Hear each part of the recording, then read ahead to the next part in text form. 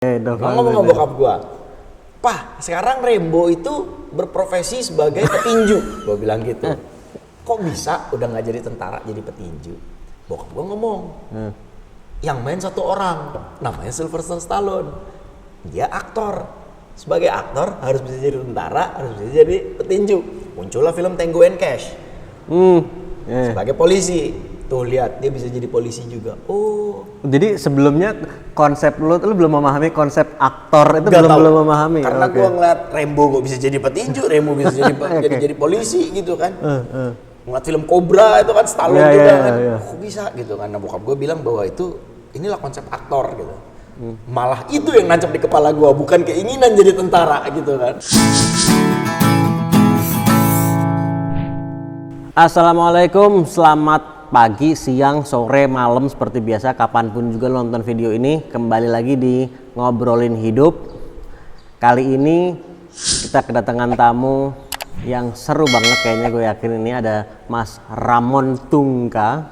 Apa kabar, men? Kabar baik, men. Alhamdulillah, men. Sehat ya, sehat. Sehat, Bapak Ali.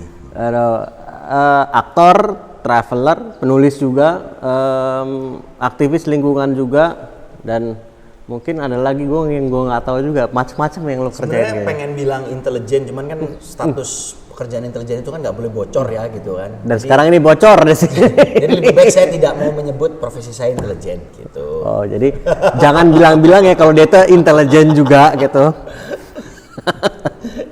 Gitu. Mas Ramon, men, ini kita ngobrol-ngobrol santai aja.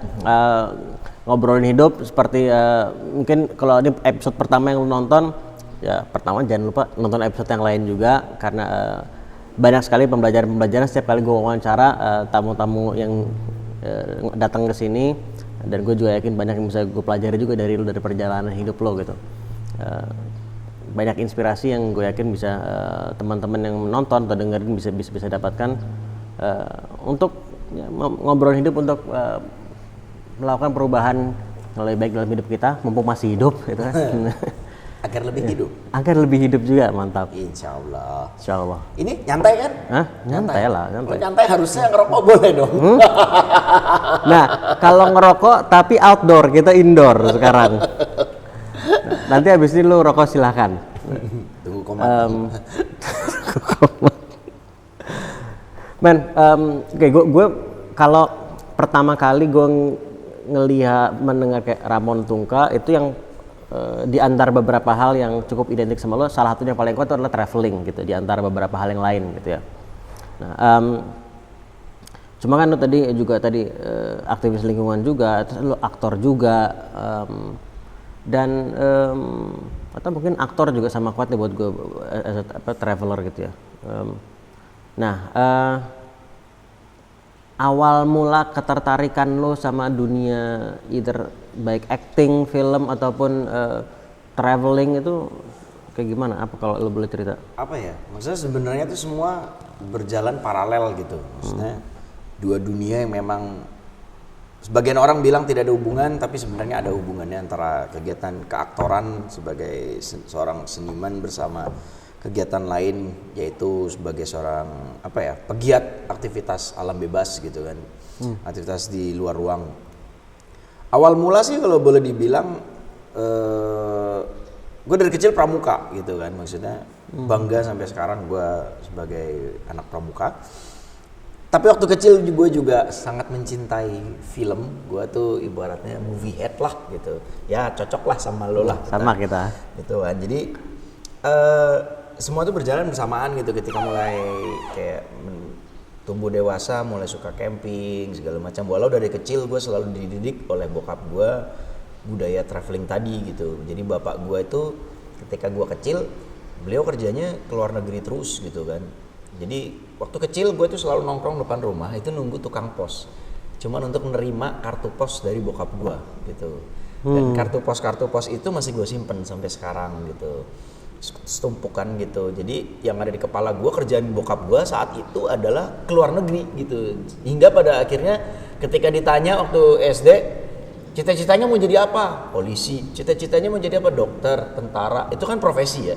Sedangkan gue cita-citanya kata kerja, keluar negeri. Keluar negeri jadi aktivitas. Pada saat itu gitu kan. Akhirnya gue tumbuh anak pramuka, kemudian Sispala, siswa pecinta alam gitu kan. Karena kecintaan gue juga terhadap dunia seni peran, gue selalu percaya apa yang lo lakukan sekarang itu sebenarnya bibit hasil dari benih yang lo tanam ketika lo kecil gitu. Ketika gue kecil gue sangat menyukai film dan gue beranggapan bahwa suatu hari gue akan menjadi seorang aktor. Ketika gue kecil gue ngelihat bokap gue membawa souvenir dari luar negeri, gue selalu beranggapan bahwa suatu hari gue akan keliling dunia. Ketika gue kecil gue juga beranggapan bahwa menjadi seorang waktu itu gue nonton Indiana Jones gitu, seorang explorer gitu. Gue nganggap bahwa Indiana Jones itu keren gitu. Ya akhirnya ya alhamdulillah apa yang gue hadapi sekarang, apa yang gue jalankan sekarang hingga ke depan, waktu gue kecil dulu gitu. Bicara soal kenapa memilih jadi aktor, kenapa ketika kecil bercita-cita jadi aktor itu lucu. Bokap gue waktu kecil pengen gue jadi tentara. Pendekatannya bokap gue adalah nonton film Rambo. Film Rambo jadi referensinya film juga. Film Rambo 3 adalah film bioskop pertama yang gue tonton tahun 90 kalau nggak salah. Jadi bioskop gue nonton film Rambo. Bokap gue ngasih film Rambo, bokap gue ngasih film kayak zaman kecil kita dulu ada film series Tour of Duty, terus film Arnold Commando gitu. Ya. Wah, gue harus dijejelin itu supaya jadi tentara gitu. Itu zaman itu film-film kayak gitu lagi hype banget itu kan. Tuh action kelas B gitu kan. Iya. Suatu hari habis gue nonton Rambo, di setelin videonya Rambo 1, First Blood, Rambo 2, Rambo 3. Tiba-tiba suatu hari gue nonton Rocky 4. Terus gue bilang Rocky keempat itu yang Ivan Drago bukan? Ivan Drago ya? Dolph Lundgren. Dolph Lundgren. Ngomong sama bokap gue, "Pah, sekarang Rambo itu berprofesi sebagai petinju." Gue bilang gitu. Kok bisa udah gak jadi tentara jadi petinju? Bokap gue ngomong, yang main satu orang, namanya Sylvester Stallone. Dia aktor. Sebagai aktor harus bisa jadi tentara, harus bisa jadi petinju. Muncullah film Tango and Cash. Sebagai polisi. Tuh lihat, dia bisa jadi polisi juga. Oh. Jadi sebelumnya konsep lu belum memahami konsep aktor itu belum memahami. Karena gua ngeliat Rambo kok bisa jadi petinju, Rambo bisa jadi polisi gitu kan. Ngeliat film Cobra itu kan Stallone juga kan. Kok bisa gitu kan. Nah, bokap gua bilang bahwa inilah konsep aktor gitu. Malah itu yang nancap di kepala gue, bukan keinginan jadi tentara gitu kan. Nah dari situlah mulai gue pengen suatu hari gue akan jadi seorang aktor. Sekalinya gue memilih jalan, gue yakin jalan gue benar gitu kan, gue akan fokus. Jalan paralel gue akan terus mengasah hobi gue, passion gue yang lain di bidang kepramukaan. Pramuka itu kan sebenarnya basic untuk bahwa alam adalah sekolah yang terbaik untuk membentuk jati diri gitu kan. Jalan beriringan. Kenapa lo berpendapat begitu? Sebenarnya itu pendapatnya Lord Baden-Powell, founder Pramuka. Oke, gue tanya lagi, kenapa lo setuju dengan pendapat itu? Apa yang membuat lo setuju dengan pendapat itu, Mas? Gue gak akan bisa duduk di sini kalau gue gak belajar di alam. Itu jawabannya. Karena gue mendapati gue tumbuh dewasa ketika gue berada di alam. Artinya ketika gue melakukan berkegiatan di luar ruang, ketika gue berada di gunung, ketika gue berada di hutan, di laut, rawa, sungai, danau, apapun, gue ngerasa I feel alive di situ. Gue ngerasa lebih menjadi manusia ketika gue beraktivitas di alam. That's why gue ngerasa bahwa sekolah yang terbaik itu di alam, dan menurut gue Lord Baden-Powell ngomong gitu, itu merupakan suatu pembenaran buat gue tuh. Oke, fix yang lo ngomong bener gitu. Dan apa biasanya kalau lo flashback lagi ke saat lo masih atau kecil atau mulai remaja gitu di alam itu, lo bilang membentuk jati diri itu, pembelajaran apa men? Yang kalau lo flashback saat lo masih remaja itu, awal-awal lo keluar atau ada berada di alam bebas gitu? Manusia pada dasarnya kodratnya butuh yang namanya kebutuhan primer, yaitu sandang, pangan, papan. Ketika lo berada di kolam apapun, di zona apapun, let's say kita bicara konteksnya alam, lo harus tetap memenuhi itu. Sandang, lo harus berpakaian yang proper sesuai kebutuhannya. Di hutan, di gunung dingin, maka penuhilah sandang lo, pakaian lo yang memang proper, ya kan? Lo mau nggak pakai baju, sok silahkan.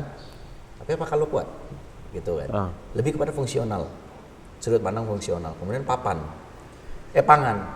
ya ketika lo di hutan lo harus mencari makan. Kalau lo nggak mau mencari makan selama di medan tersebut, bawalah bekal. Artinya bawa bekal dari rumah, memasaklah di situ. Ketika lo tidak ada, belanja dalam artian sudut pandangnya. Ya di hutan itu lo cari bahan makanan, sumber air lo belanja, dalam artian lo butuh air. Papan, kita butuh shelter untuk berlindung. Di situ gue baru ngerasa oke, that's it, ini loh sebenarnya esensi menjadi manusia. Karena selama ini kalau misalnya kita tinggal di kota kan kita gampang, mau minum tinggal pesen, mau minum tinggal ke dapur. Tapi ketika lo dilepas di zona nyaman lo, keluar dari zona nyaman lo, keberadaan lo sebagai manusia ini harus lo penuhin gitu kan esensinya gitu. Makanya gue happy banget kalau misalkan gue dapat pekerjaan sedang berada di hutan, in the middle of uncertainty gitu. Itu poin dimana gue ngerasa I feel life gitu. Justru uncertainty, ketidakpastian itu yang membuat lo merasa lebih hidup. Zona nyaman, malah kreativitas gue mati, malah kedewasaan gue tidak tumbuh ketika gue berada di zona nyaman. Lo tahu gue dulu kuliah di Surabaya kan, kita sama-sama satu organisasi, hidup gue udah nyaman sebenarnya, sudah nyaman di Surabaya. Tapi gue memilih enggak, gue memilih untuk ke Jakarta, mencoba peruntungan, ingin menjadi aktor, ingin menjadi orang. Ya udah orang tua gue melepas. Ya udah kalau kamu berangkat, tapi nggak usah minta uang jajan lagi. Gitu kan. Ya udah, akhirnya gue terdidik. Itu kuliah ya, itu pas kuliah. Pas kuliah gue nggak nyelesain kuliah gue, ya udah gue terdidik seperti itu, Li. Nggak, dan itu nggak masalah. Kuliah nggak selesai gitu. Bokap gue cuma bilang jalan apapun yang lo pilih, pastikan bahwa lo menjadi yang terbaik. Udah itu doang. Gitu. Pastikan bahwa lo fokus. Ya udah. Kemudian orang kan nggak tahu bahwa sebenarnya gue tuh berangkat kecintaan gue di alam sama kecintaan gue di seni peran bersamaan. Yang orang tahu kan gue nongolnya pop up-nya sebagai aktor dulu. Iya. Gitu kan. Sebenarnya kan tetap beriringan gitu. Subsidi silang lah bos. Ketika lo ngeliat gue di TV itu berarti gue lagi butuh duit untuk gue pergi kemana gitu kan. Karena yang satu lagi belum bisa menghasilkan. Bukan belum bisa menghasilkan. Gue pengen ekspedisi keluar negeri. Butuh duit dong. Ya. Butuh modal. Ya gue syuting lah. Uangnya buat subsidi silang. Nah, sekarang kan lo dari traveling juga sudah, travelingnya pun juga lo bisa menjadi salah satu sumber penghasilan juga bukan? Akhirnya. Pada hari ini akhirnya kayak gue bilang dulu orang mencerca gue, mencibir gue dengan bilang lo mau jadi apa dengan lo menjadi anak pecinta alam. Tapi gue ngelakuin dengan sepenuh hati gue belajar bener-bener how to survive. Gue belajar bener-bener yang namanya sebuah perencanaan perjalanan segala macam, any kinds of segala macam kurikulum outdoor. Ya pada akhirnya itu semua yang membuat gue menjadi seorang profesional di bidang itu gitu. Bahkan gue bepergian aja gue dibayar gitu. Bahkan gue sering kali melatih gitu kan, dan gue dibayar untuk memberikan pelatihan gitu. Pelatihan apa biasanya? Macam-macam mengenai teknik bertahan hidup di hutan, teknik bertahan hidup di laut gitu kan, di alam bebas gitu kan, intinya tentang survival. Ya pada akhirnya kayak gue bilang tadi kan di awal, apa yang gue percaya dari dulu, gue yakin gue bisa laws of attraction lah, gue selalu percaya itu gitu. Apa yang lo yakinin gitu, seperti Cristiano Ronaldo ketika kecil dia memandangi fotonya Ronaldo the phenomenon dari Brazil. Lihat hari ini Cristiano Ronaldo bahkan prestasinya melebihi idolanya gitu kan. Itu gue selalu percaya hal itu, bahwa I have a big dreams gitu. If you want something in life, you gotta reach out and grab it gitu. Gue selalu percaya hal itu, bahwa yang menentukan keberhasilan lo tuh sebenarnya mental lo. Kalau lo yakin lo bisa, ya lo bisa. Bukan bantuan dari orang lain, bukan modal yang lo punya, tapi keyakinan lo. Selama lo yakin, lo bisa. Ya cobaannya kan banyak. Tinggal gimana lo bertahan. Ya buktinya gue bisa bertahan sampai hari ini, alhamdulillah. Ya karena kekehnya gue bahwa gue yakin gue tidak salah jalan dengan gue memilih jalur di dunia petualangan. Tapi hari ini alhamdulillah ya, kalau beberapa kawan bilang ya gue pionir salah satunya mungkin gitu kan. Salah satu pionir yang dimana seorang yang berkutat di dunia petualangan akhirnya mampu menghasilkan gitu kan, mampu menjadi speaker, di motivational speaker di mana-mana. Berarti kan artinya alhamdulillah jalan yang gue tempuh ini memberi manfaat buat orang banyak gitu loh. Gue bukain jalan. Bahwa ada profesi lain yang bisa mendatangkan manfaat materi, manfaat finansial maupun manfaat sosial ke orang lain gitu. Ya gue bersyukur bahwa karena kekehnya gue, ya lo tau lah gue. Kalau gue udah maunya A, nggak ada yang bisa matain gue gitu kan. Tapi lihat hasilnya gitu kan. Pada akhirnya gue selalu seperti itu. That's why kembali lagi tagline-nya, ketika gue di alam berkegiatan di luar ruang itu membuat gue jadi lebih manusia. Gitu. Gue akan respect sama barang gue sendiri, gue akan respect sama partner gue respect sama lingkungannya. Pada akhirnya gue respect sama Tuhan gitu kan, semakin respect pada Sang Pencipta. Last but not least, gue akan semakin respect sama diri gue sendiri gitu. Gue nggak bawa headlamp, salah siapa? Membahayakan siapa? Membahayakan diri gue sendiri kan. Pada akhirnya belajar bertanggung jawab gitu Li. Saat lu bilang nih kita maju mundur ya men, Iya nggak apa-apa. Gue udah ada Memento beberapa aja pertanyaan maju mundur. ya. Kita referensi filmnya banyak, Mbak. Kalau belum nonton cari film judulnya Memento, itu film keren juga. Jalan filmnya mundur dari belakang ke depan. Terus balik lagi. Ya terus balik lagi bolak-balik. Tadi lu bilang semakin respect juga sama diri gue. Apakah lu merasa dulu lu tidak respect sama diri lu, at least seperti sekarang gitu? Percaya atau tidak? Mungkin ini juga pertanyaan ke lu ya. Seberapa respect lo sama diri lu? Pertanyaan seberapa respect lo sama diri lu itu pada artinya tuh gini. Seberapa disiplin lu? Seberapa cinta lu sama apa yang lu lakukan? Lo melakukan pekerjaan seperti ini, lo buat video, lo bikin kebelet hidup or apapun pencapaian lo. Pastikan dalam diri lo cinta bener nggak apa yang lo lakuin. Kalau ternyata lo pikir, wah Mon gue cinta bener, oh ya udah bagus, kan yang nilai lo bukan gue. Yeah. It's all about face to face with yourself gitu kan. Tiba-tiba lo ngomong, iya ya, gue sebenarnya nggak ini banget gitu. Ya berarti lo belum respect sama diri lo sendiri. belum dekat sama diri lo sendiri gitu kan. Lebih seperti itu sih, respect sama diri lo sendiri. Seberapa disiplin lo sama, artinya gini, kalau lo sayang, lo cinta sama apa yang lo lakukan, maka lo akan disiplin. Lo tahu hari ini akan syuting sama gua jam berapa gitu, dari malam lo udah nyiapin. Lo ada niat, ada yang namanya persiapan. Lo kontak kawan lo siapin lightingnya segala macam, lo siapin tempatnya. Nggak apa ya, kalau orang Jawa bilang tuh nggak rasa-rasen gitu loh, nggak malas-malesan gitu kan. Lu niat gitu. Intinya seperti itu kalau gua gitu. Respect sama diri sendiri itu seperti itu. Lu bisa memenuhi keinginan diri lu nggak? Itu maksudnya. Dan tadi pertanyaan gua, lu apakah lu dulunya tidak serespect seperti sekarang sama diri lu tadi? Karena lu tadi bilang gua menjadi semakin respect, kayak apa? Pasti. Gitu, dulunya. Gua memilih pekerjaan mungkin yang dulu gua nggak suka, tapi gua jalanin demi uang. Gua jalanin sesuatu yang mungkin gue kurang srek, tapi ya udahlah, ya premisnya kebelet hidup lah, ya udahlah, gue jalanin karena kebutuhan ini, kebutuhan itu, kebutuhan ini. Sebenarnya kalau ditarik mundur, kebutuhan memang wajib lo penuhin, tapi pinter-pinternya lo bagi waktu, pinter-pinternya lo berstrategi, gitu kan. Tetap penuhi psikologis lo, dalam artian penuhi passion lo. Mungkin saat ini belum bisa menuhin passion setiap orang kebutuhan beda-beda ya. Tapi setidaknya respect sama diri lo sendiri tuh, cintai diri lo. Lo melakukan pekerjaan yang lo nggak suka, tapi ketika lo stres lo masih bisa dengerin lagu yang lo suka kok. Lo bisa dengerin playlist lagu yang lo suka, nonton film yang lo suka gitu kan. Artinya lo sayang sama diri lo. Tapi once ketika lo udah ngelakuin pekerjaan yang lo nggak suka, ya udah setel aja playlist yang lo suka, apa nggak mau, ya udah gitu kan. You dig your own hole gitu kan. Gitu. Intinya sih pasti semua orang ada yang namanya apa ya, belum respect itu sama dirinya sendiri. Yang gue akuin iya, gue belum respect sama diri gue sendiri gitu. Belum bisa disiplin itu sama diri gue sendiri. Belum mampu mengakomodir kebutuhan jiwa gue itu apa gitu kan. Sama kayak kebutuhan jiwa. Kan. Lo kan lihat kebutuhan jiwa lo apa gitu pada akhirnya. Menarik man. Seru. Ya gitulah coy. Nih sekarang kita kembali lagi ke belakang men. Tadi jadi lu waktu sekolah SMA terus lu mulai berpikir untuk oke, gue ingin ini menjadi jalan hidup gue gitu, artinya either traveling atau apa film gitu ya.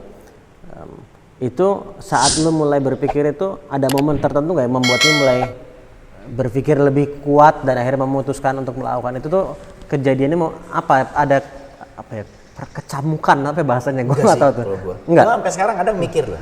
Gila, keputusan besar dalam hidup gue, kalau misalkan orang nanya, "Mon, keputusan besar dalam hidup lo apa meninggalkan kota kelahiran gue?" Itu keputusan gue terbesar. Tapi kalau gue pikir lebih dalam lagi, saat itu gue nggak berkecamuk. Jadi nggak ada kekhawatiran ini berhasil nggak ya dan seterusnya gitu. Iya. Gue belum pernah ngomong hal ini ke banyak orang. Gue tuh bangga, gue tuh nggak lulus. Tidak lulus sarjana ekonomi, itu gue bangga cuy.